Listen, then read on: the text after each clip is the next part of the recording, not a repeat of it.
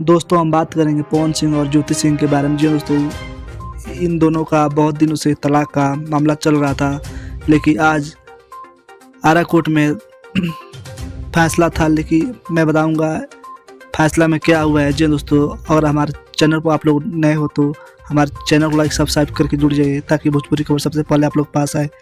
जी दोस्तों, हम बात करेंगे पवन सिंह और ज्योति सिंह के बारे में। आज क्या हुआ है पवन सिंह और ज्योति सिंह में। जी दोस्तों, तलाक के बारे में। ज्योति सिंह राजी है, बोल रही है हम रहेंगे, लेकिन पवन सिंह ज्योति सिंह में क्या कमियां पा लिए हैं, वो बोलते हैं कि मैं नहीं रखूँगा ज्योति सिंह को। जी दोस्तों, उसके बाद में ज्योति सिंह बोली हमको चाहिए 10 करोड़ रुपया।